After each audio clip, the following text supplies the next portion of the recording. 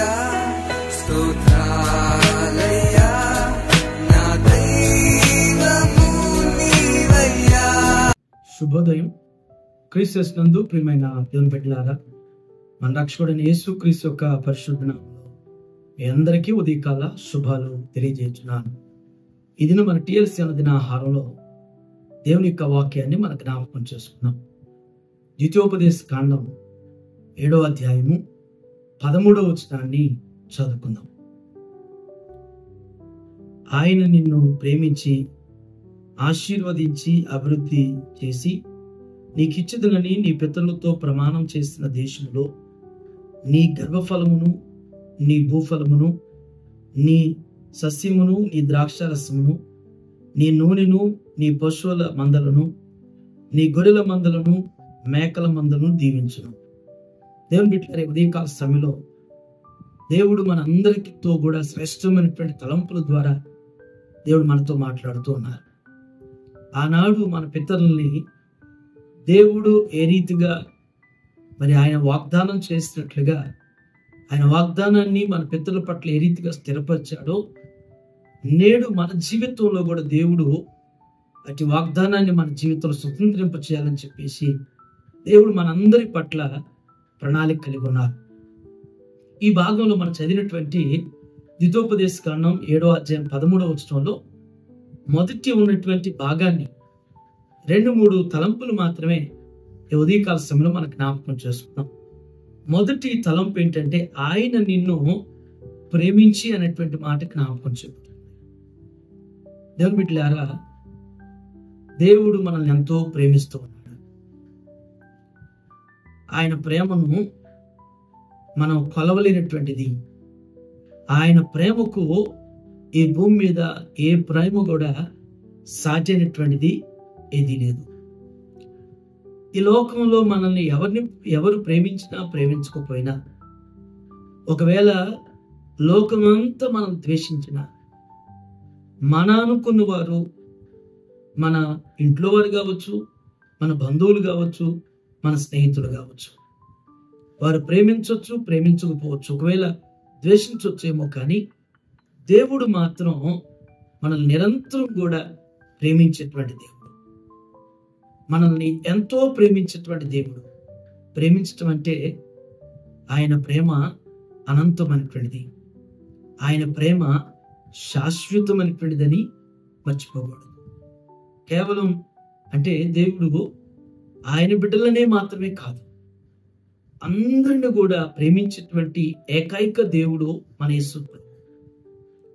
ఆయన ఎంతగా ప్రేమిస్తాడంటే మన కొరకు ప్రాణం పెట్టినంతగా ప్రేమించాడు మనల్ని. చివరి రక్తపొట్టు వరకు కూడా చిందించడానికి కూడా మరి ఏమాత్రం కూడా తడువు చేయనటువంటిది యేసుక్రీస్తు యొక్క స్వచ్ఛమైనటువంటి నిజమైనటువంటి ప్రేమ.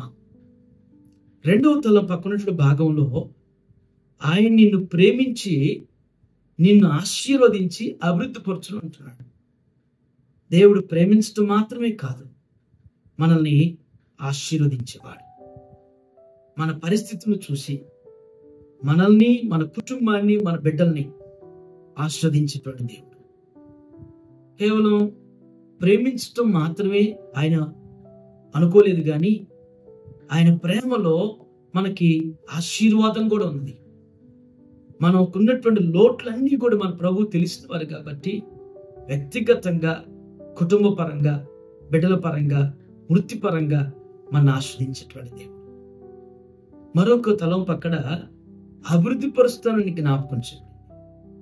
దేవుడు మనల్ని అన్ని విషయాల్లో కూడా, మన యొక్క ఉద్యోగ విషయంలో కావచ్చు, మన వ్యాపార విషయంలో కావచ్చు, మన కుటుంబ విషయంలో కావచ్చు, ప్రతి విషయంలో కూడా దేవుడు మనల్ని అభివృద్ధి పరచగలిగినటువంటి వారు. దేవుని బిడ్డలారా, ఇలాంటి దేవుణ్ణి కలిగినటువంటి నీవు నేను ఎంత ధన్యులం. దేవుడు మనల్ని ప్రేమిస్తూ ఉన్నాడు, దేవుడు మనల్ని ఆస్వాదిస్తూ ఉన్నాడు, దేవుడు మనల్ని అభివృద్ధి పరచుతూ ఉన్నాడు. ఆయన అభివృద్ధి పరచుటకు సంసిద్ధుడుగా మన పక్షాన ఉన్నాడు.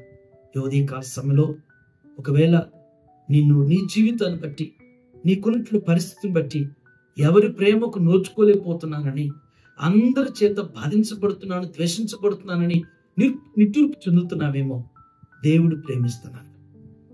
దేవుడు నిన్ను ఆస్వాదిస్తాడు.